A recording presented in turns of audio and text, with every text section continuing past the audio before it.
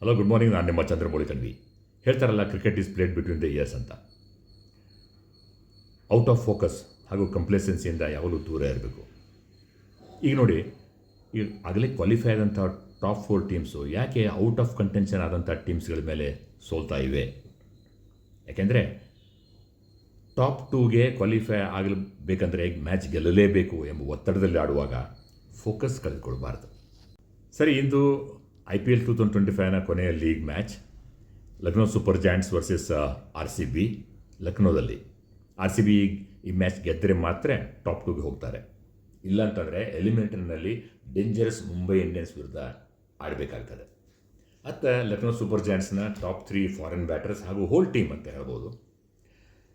They have nothing to lose but next year's contract to gain. ಹೀಗಾಗಿ ಗೆಲ್ಲುವುದಕ್ಕಾಗಿ ಫ್ರೀಯಾಗಿ ಶತಪ್ರಯತ್ನ ಮಾಡ್ತಾರೆ Lucknow super joints.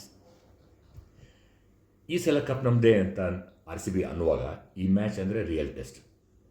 RCBಗೆ bad news first. ಅದೇನಂತಂದರೆ Jacob Bethell ಹಾಗೂ ಎಂಗಿಡಿ ಲಭ್ಯರಿಲ್ಲ, ಹಾಗೂ hard hitting lower order batter match winner ಅಂತ ಟಿಮ್ ಡೇವಿಡ್ ಅವರು ಇಂಜೋರ್ಡ್ ಆಗಿದ್ದಾರೆ.